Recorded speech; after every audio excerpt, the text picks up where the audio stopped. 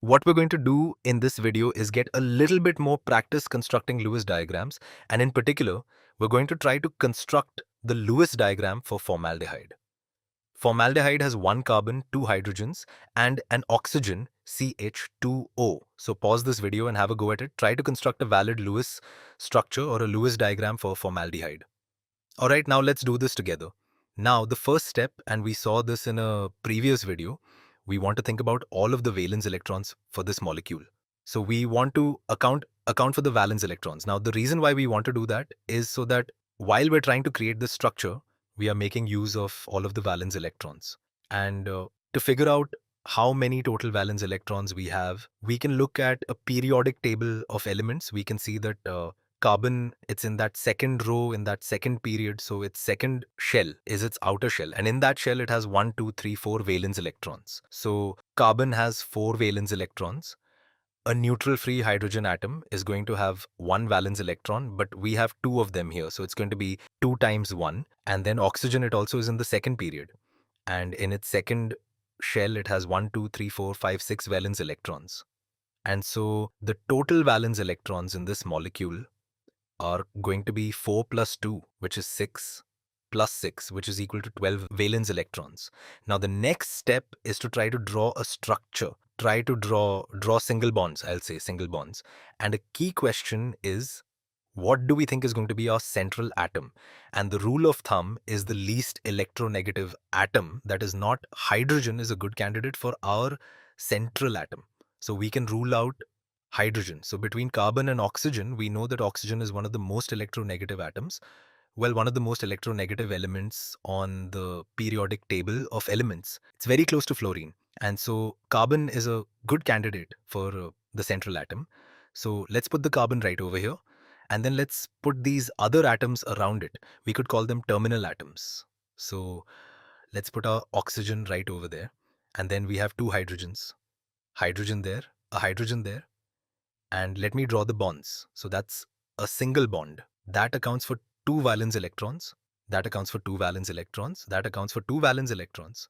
So I've just used 2, 4, 6 valence electrons. So if I subtract 6 valence electrons, I am now left with 6 valence electrons. 6 valence electrons. So the next step is allocate the remaining valence electrons, trying to get to the octet rule for atoms that are not hydrogen, and then for hydrogen, trying to get it to have 2 valence electrons. So allocate the remaining valence electrons. All right, so let's start with this oxygen. This oxygen already has these 2 electrons that it's sharing hanging around. So in order to get to the octet rule, it needs 6 more. So let's give it 6 electrons. So 1, 2, 3, 4, 5, 6. Well, I've just used up the remaining 6 valence electrons. So I don't really have any more to play with, but let's see how the other atoms are feeling. So hydrogen here, it's able to share these 2 electrons that are in this covalent bond. So it's feeling good. It can kind of pretend that it has a full outer shell because its outer shell is just that first shell that's filled with 2 electrons. Same thing for this other hydrogen. So at least the terminal atoms, the oxygen and the 2 hydrogens, are feeling like they have a full outer shell. But then in the fourth step, we're going to look at our central atom. So let's focus on the central atom, and do we need more bonds or do we need to do something interesting here? And what we see is that carbon, it's able to have 2, 4, 6 electrons hanging around it, but it would love to have 8. Carbon would love to have a full outer shell. So how could we do that? Well, we could add more bonds. Where could the bonds come from? Well, it would come from some lone pair of electrons. Well, the only lone pairs of electrons are hanging around this oxygen. So what if we were to take, say, this lone pair of electrons and then construct another covalent bond with that? Then our Lewis diagram will look like this. I will actually redraw it. So you have your carbon, you have your 3 original covalent bonds. You had a hydrogen, and then you had your oxygen right over here. And now we formed a new covalent bond, just like this. And then you have these 2 other lone pairs around the oxygen. So let me draw that. So 2, then another 2 around the oxygen. And this is looking pretty good because the oxygen, it still has 8 electrons hanging around, 4 in lone pairs. And then 4, they're in this double bond that it is sharing. The hydrogens still have 2 electrons hanging around.